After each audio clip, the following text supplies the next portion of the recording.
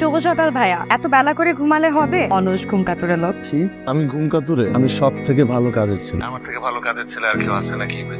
কি পারি না? রান্না করতে পারি, ঘর গুছাইতে পারি, ঘর মুছতে পারি। আপনি যে রান্না করতে পারেন কিন্তু ভাবতেই আমার ভালো লাগে। আমাকে ভালো লাগে না? কিছু বললেন? না কিছু না। এখন উঠেন, উঠে ফ্রেশ হয়ে পড়তে বসেন। একটু কথা বলি না? প্রতিদিন সকালে তোমার ঘুম ঘুম জড়ানো কণ্ঠ শুনতে খুব ভালো লাগে। এইসব লক্ষণ কিন্তু ভালো না, মনে রাখেন। ঠিক আছে রাখি।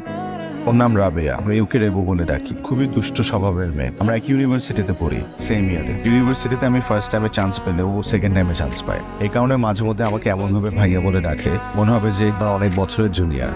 হ্যালো, আমি তোমার হলের সামনে, একটু নিচে নামবে?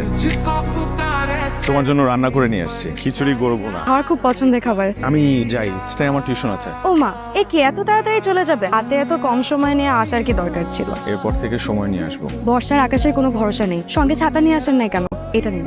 Thank you.